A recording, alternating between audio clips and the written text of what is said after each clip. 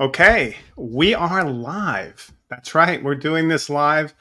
I am Jim Groom, and I am presenting the final keynote for Reclaim Open's virtual online event. And it is my distinct pleasure, and I will say honor, to introduce our keynote today. Ian Linkletter, who is currently an emerging technology and open education library at the British Columbia Institute of Technology, formerly a learning technology specialist at the University of British Columbia. And some of you may or may not know that Ian was part of a kind of high profile SLAPP suit. And he's been fighting that now for several years. And he provides not only an example of what to do, but also a deeply personal look at the dangers in our current climate of critiquing the status quo of surveillance technology. Ian is here today to both tell us a story as well as to ask us to take a pledge. So without further ado, let me hand this over to Ian and thank you all for coming. Thank you so much, Jim, and hi everyone. Thank you for joining me today. My name is Ian Linkletter. I'm a librarian, and my talk is called Pledge Against Academic Surveillance. My thanks to Reclaim Open 2023 and its organizers for inviting me to speak. I'm honored to be here and join you from the traditional, ancestral, and unceded territory of the Coast Salish nations of the Squamish, Musqueam, and Tsleil-Waututh peoples. More specifically, I'm in Vancouver, Canada. Many of you may know me as the dude being sued by Proctorio, and some have been following the lawsuit's twists and turns since it began in September 2020. I'm the first educational technologist to be sued by a vendor, and it's been a long 1,000 days coping with Proctorio's strategic lawsuit against public participation. There's no end in sight. Proctorio sued me because I told the truth. Linking to their own YouTube videos, I proved that their product was harmful.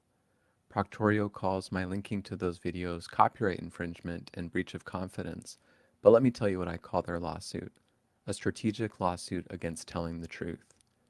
Proctorio seeks to take this right from all Canadians. If we can't share information and link to things, how do we have a chance against the shitty future tech CEOs have envisioned for us? It says a lot about a company when they spend their resources attacking rights and freedoms. It says they are afraid of the truth. And maybe they should be, because without truth, those who have harmed students cannot be held responsible. That's bad for business, and it's precisely the point. If we are going to end academic surveillance, it will take a whole lot of truth, the bravery to speak it, and a shared commitment to do something about it. Join me today in making that commitment. Academic surveillance technology is a scourge and causes great human suffering. Some of the well-documented concerns include that surveillance software discriminates against disabled students, that the surveillance software perpetuates racist biases, that it's an invasion of privacy, and that it causes emotional harm. Listening to students is our responsibility, and their voices are all around us saying that academic surveillance technology is harming them. Some may dismiss real student experiences of harm by calling them anecdotal, but let me tell you why that's wrong. Taking Proctorio alone, there are thousands of negative reviews which I collated at googlereviews.linkletter.org. Or you can read hundreds of student complaints at twitter.com/Proctorio. Or you can read dozens more individual accounts of harm in the Washington Post, New Yorker, The Verge, The Guardian, Teen Vogue, Wired, Vice, Volkskrant in the Netherlands, and student newspapers like the UBC at UBC and the Lantern out of Ohio State University. The evidence that academic surveillance technology is harming students is everywhere. These are real students reporting real harm. Believing them is the only ethical option. We know students are being harmed because they are telling us, and we must stop it. I have hope we can do this together. We can end the harm. So today I propose we band together as a community and push back on academic surveillance. If there's one thing I have learned from going through my whole experience, it's that we are a community of communities that protect each other. There are so many ways to slice it. Staff against academic surveillance, teachers against academic surveillance, students against academic surveillance, learning designers, developers, privacy advocates, researchers, counselors, parents, lawyers. We're a large group. And I know there are senior leaders against surveillance too. Presidents, provosts, deans, directors, senior managers, and yeah, maybe even a CEO or two. So today I am presenting the Pledge Against Academic Surveillance. It goes, I will do everything in my power to obstruct, work against, and end academic surveillance technologies and their harm against students. You can access it and sign the pledge at pledge.againstsurveillance.net. That's it. I will do everything in my power to obstruct, work against, and end academic surveillance technologies and their harm against students. You have power, and academic surveillance is harmful. So say it with me one more time. I will do everything in my power to obstruct, work against, and end academic surveillance technologies and their harm against students. Go to pledge.againstsurveillance.net and sign your name to this. Make a commitment.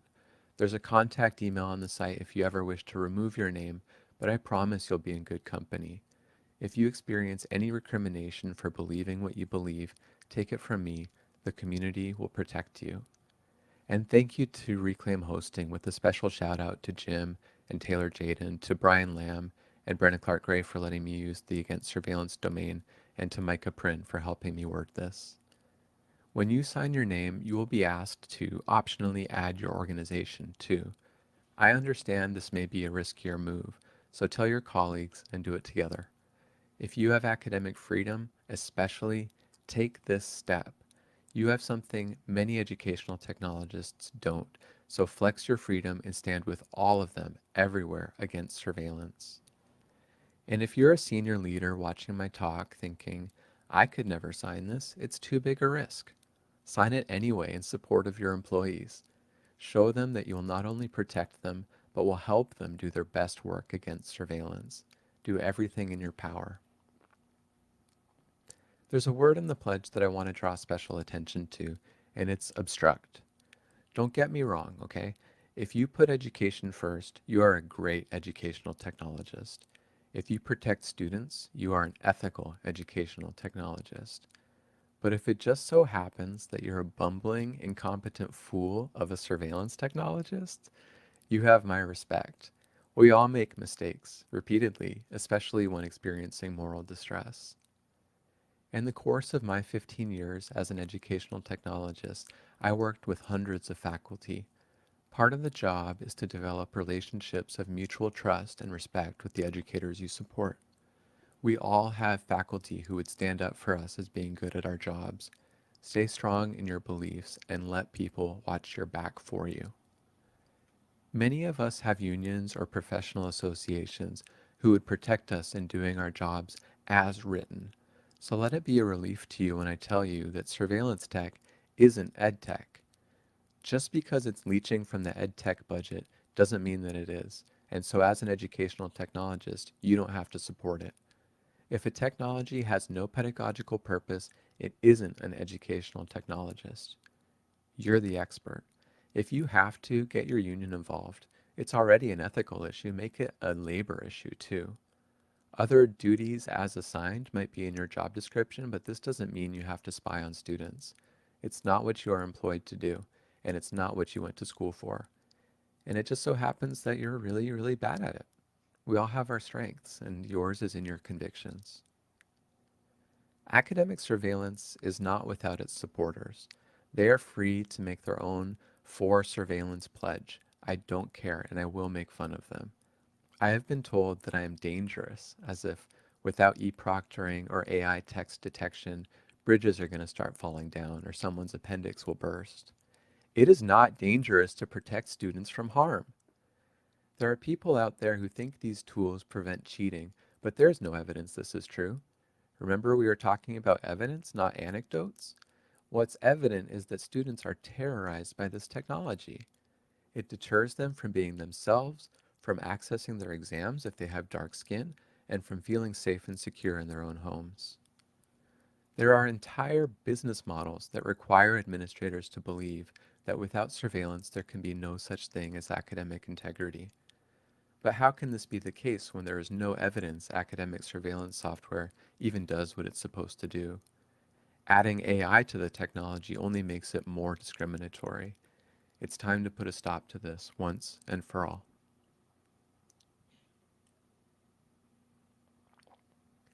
So now that you've taken the pledge, what can you do next? Whether you're a president or a practitioner, you have the power to say no.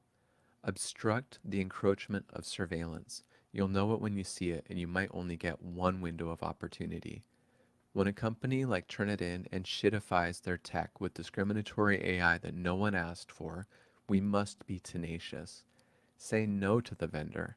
Say it more than once, loudly. Don't feel badly about having fire in your voice. You can't be friends with a corporation, so don't be friendly. Sound the alarm on listservs and social media. Warn your faculty and get them involved. Post a notice on your public website. Remind the company that their contract will eventually be up for renewal, and you won't forget this. All of these things have happened in the resistance against Turnitin's AI text detection, and we won. In response, they quietly enabled the ability to turn off the AI score from the admin settings page.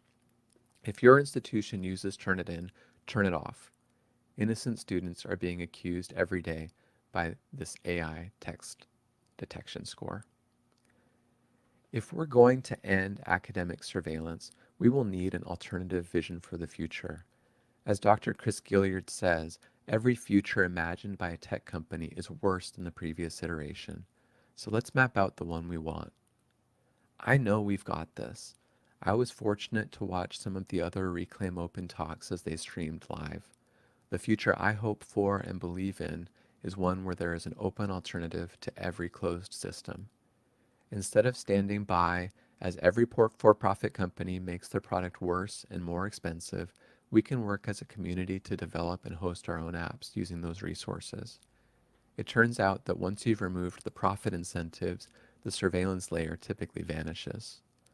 From Canvas to Microsoft Teams to Zoom to Google Docs, open alternatives exist. Respectively, they're called Moodle, Mattermost, Jitsi, Etherpad, and there are many others.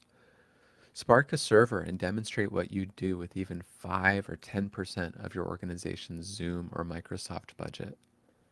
When I was an educational technologist, I didn't have the support needed to implement new open applications, but I did have a professional development fund, and I used it on Reclaim Cloud to install open web applications in one click.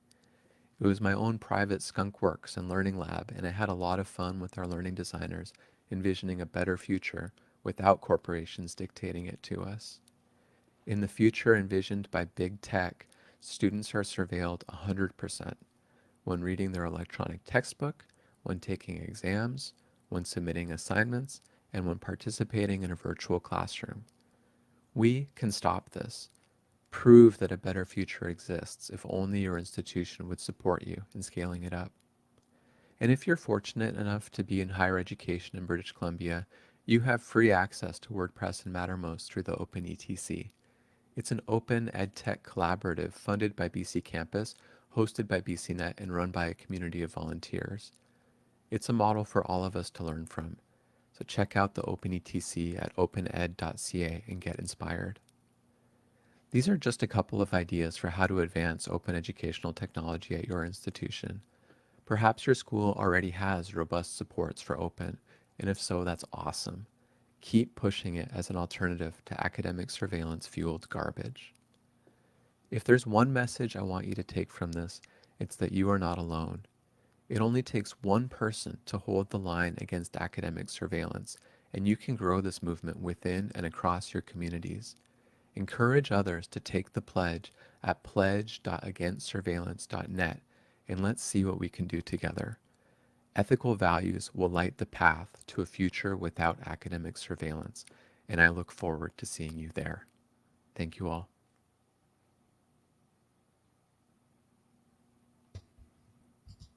Thank you, Ian. Took me a little while to get back into the stream because I was blown away. But I really appreciate you coming on here, sharing your story, but making a very, very powerful pitch for the pledge and to make it happen. So we could look there. I'm not seeing right now questions in the chat, but if any do come in, we'll see that. But I'm interested in just quickly asking, this connection between open and surveillance is kind of like you made it beautifully at the end of your appeal. And I really like the idea that with OpenETC in Canada, with something like Reclaim Cloud, by using these open source technologies, you are in some ways reclaiming your privacy and the control over that data. And having more instructional technologists or librarians or folks within the university, faculty, students use these tools, there's the collateral impact of actually reclaiming, some of this personal data and avoiding the business model that many of these folks are approaching. So there's actually a real deep relation between that value of open and resisting surveillance. Yeah, in the last several years, we've seen an emerging trend of these for-profit companies getting bought up by private equity firms. And one of the biggest issues with that is that the affiliates clause that's present in almost every privacy policy says that data can be transferred within other units or organizations owned by the same person or a PE firm. So when a company like Instructure, for example, gets purchased by a PE firm like Thoma Bravo that owns 50 other companies, um, that data could potentially be transferred to one of those companies and then sold to a different company with other companies under its belt.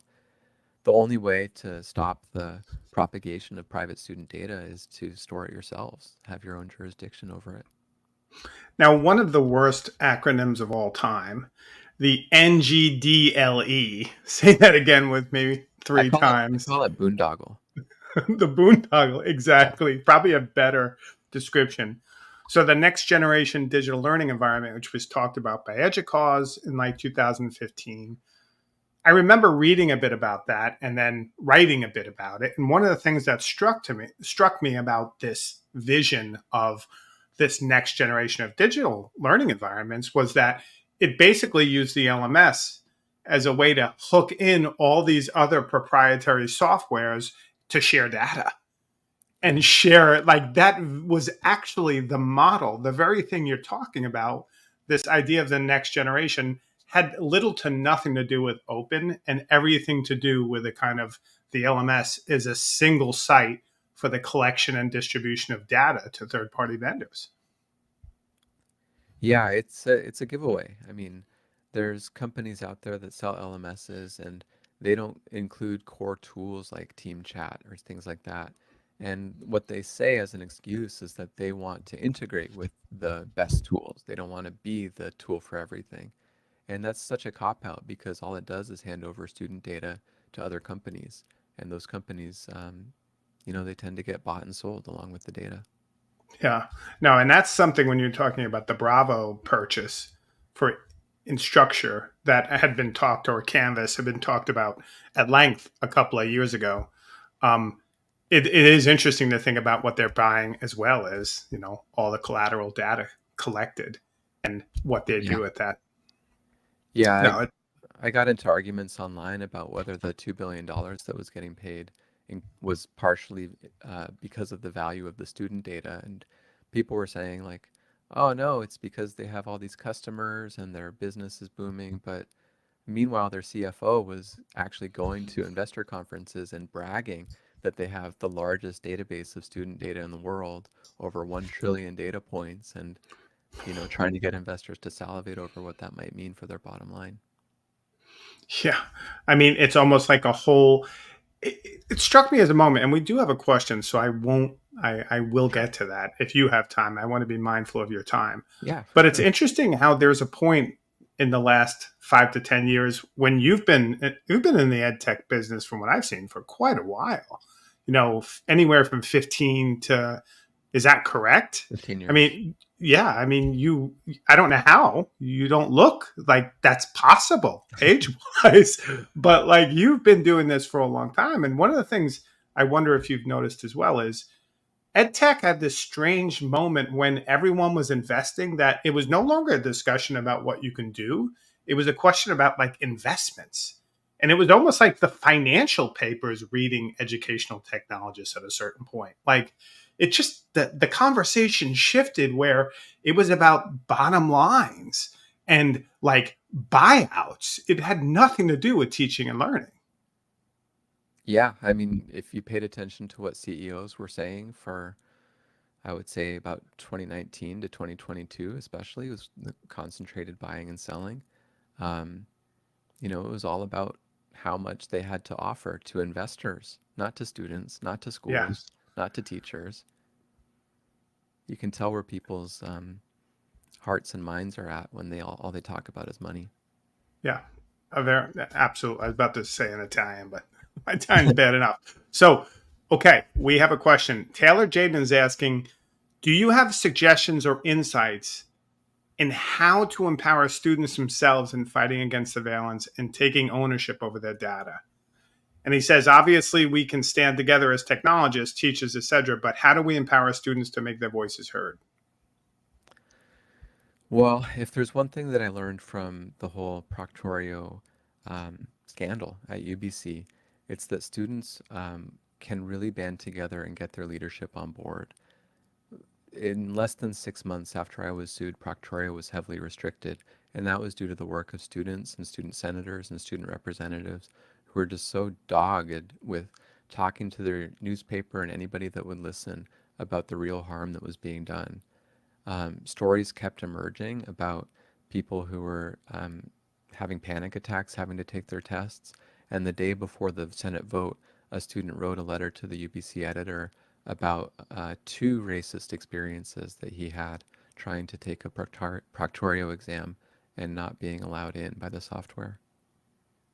So I guess my message to students is to make yourselves heard and find your allies, because um, just because you aren't seeing every staff member tweeting on social media doesn't mean that they won't go to the ends of the earth within the institution to protect you.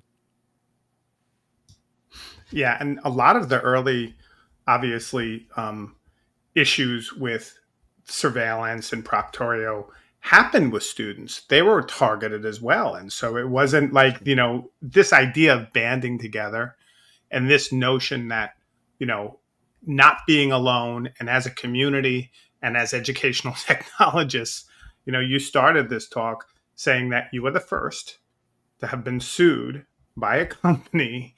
And I think about some of the things when Blackboard was kind of the big evil empire, which seems quaint now by comparison, to think about what would have happened at that moment should a corporation took that choice, Yeah. that Proctorio did. And, we're living in it now. And you've come to represent a kind of the best, if you will, of educational technologists and kind of positioning and recentering our ethos and our cause on teaching and learning and creating a web of good for that environment. So I will just say personally, I am blown away by what you have come to represent, but what you continue to do, and by, the good work and the kind of, the sheer kind of, I don't know how you would say it, like strength, iron will to have to deal with this on a regular basis. We can come in, we can listen, we can check out and do our things. You've been living with this for, like you said, 1,000 days.